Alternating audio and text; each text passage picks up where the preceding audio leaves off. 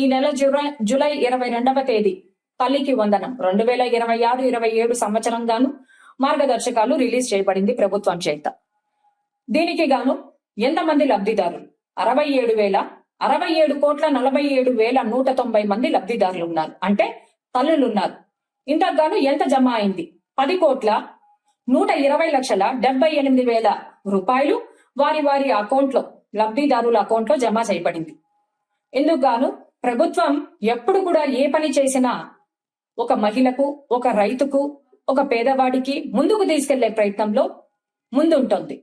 ఇలా ఎప్పుడు కూడా మన గౌరవ ముఖ్యమంత్రి వర్యులు శ్రీ నారా చంద్రబాబు నాయుడు గారు ఏ పని చేసినా హంగామా చేయడం లేదు, ఏదో షాఫులు ఇవ్వడం లేదు. కాకపోతే గత ప్రభుత్వంలో జగన్మోహన్ రెడ్డి గారు ఏ పని చేసినా 1,000 కోట్లు రిలీజ్ చేయాలంటే 4,000 కోట్లు రిలీజ్ చేసినట్లు బటన్ ప్రెస్ చేసేవాళ్ళు. దీన్ని బట్టి ప్రభుత్వం పనితీరు ఎలా ఉందో మనం అందరూ గమనించాల్సిన విషయం. ఇదే మాదిరిగా ప్రభుత్వానికి సంబంధించిన నాయకులు గాని, కార్యకర్తలు గాని ఈ విషయాన్ని ముందుకు తీసుకెళ్లాలి. అదే మాదిరిగా మనం రీసెంట్ గా చూసాం, ఈ తల్లికి వందనం పథకం కింద ఒక అర్హుడు అనంతపూర్ జిల్లాలో వడ్డే రాము గారు, అతనికి 6 సంతానం విద్యాభ్యాసం కొరకు పాఠశాలకు వెళ్తున్నారు. ఈ పాఠశాలకు వెళ్తున్న భాగంలో తను అన్ని అర్హతలు ఉన్న లబ్ధిదారి కూడా.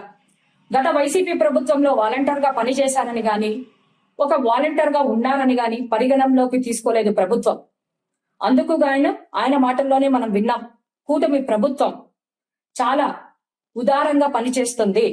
ఈ రోజు నా అకౌంట్ లో 78,000 రూపాయలు మా పిల్లలకు గాను జమ చేయబడింది అని ఆనందం వ్యక్తం చేశారు.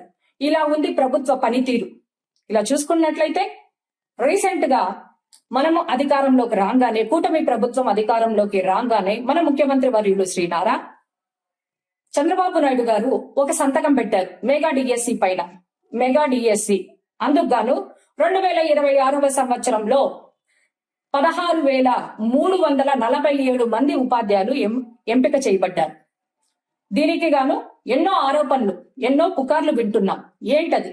ఈ రోజు నిన్నటి రోజున పార్లమెంట్ లో లావు శ్రీకృష్ణదేవరాయలు గారు కూడా ఏదో ఒక ఎగ్జామినేషన్ బిల్ పాస్ చేయడానికి చర్చలు జరుగుతుండడంతో పార్లమెంట్ లో కూడా తన గణాన్ని వినిపించారు. కూటమి ప్రభుత్వంలో విద్యాశాఖ మంత్రిగా మన నారా లోకేష్ అన్న గారు పనితీరు పట్ల అత్యంత పారదర్శకంగా డిఎస్సి నిర్వహించారని, ఈ సంవత్సరం గాను ఉపాధ్యాయులు కొరత లేకుండా రాష్ట్రం మొత్తాన భారీ స్థాయిలో డిఎస్సి నిర్వహించారని ఇవన్నీ పార్లమెంట్ లో చెప్పారు.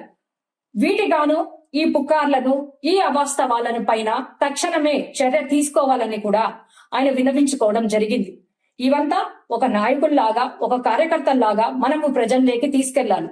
ఏది అవాస్తవం, ఏది పుకారు, ఏది ఎలా జరుగుతుంది, దీని పట్ల వెనకల ఎంత ప్రయత్నిస్తున్నారు నారా లోకేష్ అన్న గారు విద్యా వ్యవస్థని మార్చడానికి.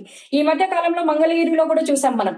రీసెంట్ గా మన లోకేష్ అన్న గారు మంగళగిరి వెళ్ళడం జరిగింది. ఒక ఆవిడ చిన్నపాటి గొడవ చేసింది. ఏంటది? మన లోకేష్ అన్న గారిని, విద్యాశాఖ మంత్రిని కలవడానికి. ఎందుకు కలవాలి? ఇంకా లాస్ట్ చూసిన తర్వాత అన్నగారే ఆవిడని దగ్గరకు తీసుకొని, ఏంటమ్మా నీకేం కావాలి? నాకు సీటు కావాలి అని అంటున్నా, ఎందులో సీటు కావాలి అని అడిగారు. ఒక ప్రైవేట్ పాఠశాలలో సీటు అడుగుతుందేమో అని అపోహలో ఇరువైపులా ఉన్న జనాలైతే ఉన్నారు. కాకపోతే ఆవిడ ఒకటే అడిగింది, మంగళగిరికి సంబంధించిన ఎడమూరు అనే పాఠశాలలో, ప్రభుత్వ పాఠశాలలో నా యొక్క బిడ్డకి సీట్ కావాలి అని ఆమె కొట్లాట, గొడవ చేయడం జరిగింది. చూడండి, ఈ రోజు ఒక విద్యాశాఖ మంత్రి వల్ల, శ్రీ నారా లోకేష్ అన్న పనితీరు వల్ల మన రాష్ట్రంలో ఒక ప్రభుత్వ పాఠశాలలో అడ్మిషన్ కావాలని ఒక తల్లి ఎంత పోట్లాడుతుందంటే విద్యా వ్యవస్థ ఏ స్థాయికి చేరింది. అదే మాదిరిగా మనమందరూ గమనించాల్సిన విషయం ఏంటంటే, ఒక ప్రభుత్వ పాఠశాలలో చదివే పిల్లలు దాదాపు 1,00,000కు పైచిలుకే ఈ రోజు ప్రభుత్వ పాఠశాలలో చేరుతున్నారు.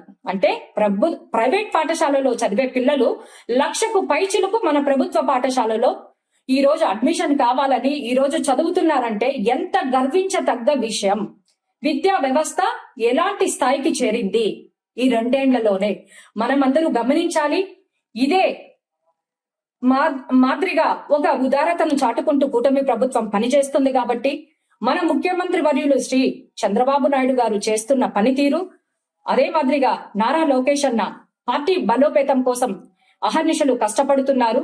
ఒక నాయకుల్లాగా, ఒక కార్యకర్తల్లాగా మన వంతు సహకారం పార్టీకి చేసి మనము మునుముందుకు మన పార్టీ బలోపేతానికి కృషి చేయాలని మనస్ఫూర్తిగా కోరుకుంటున్నాను. ఇట్లు మీ బైగారి భారతీ నాయుడు. జై టీడీపీ.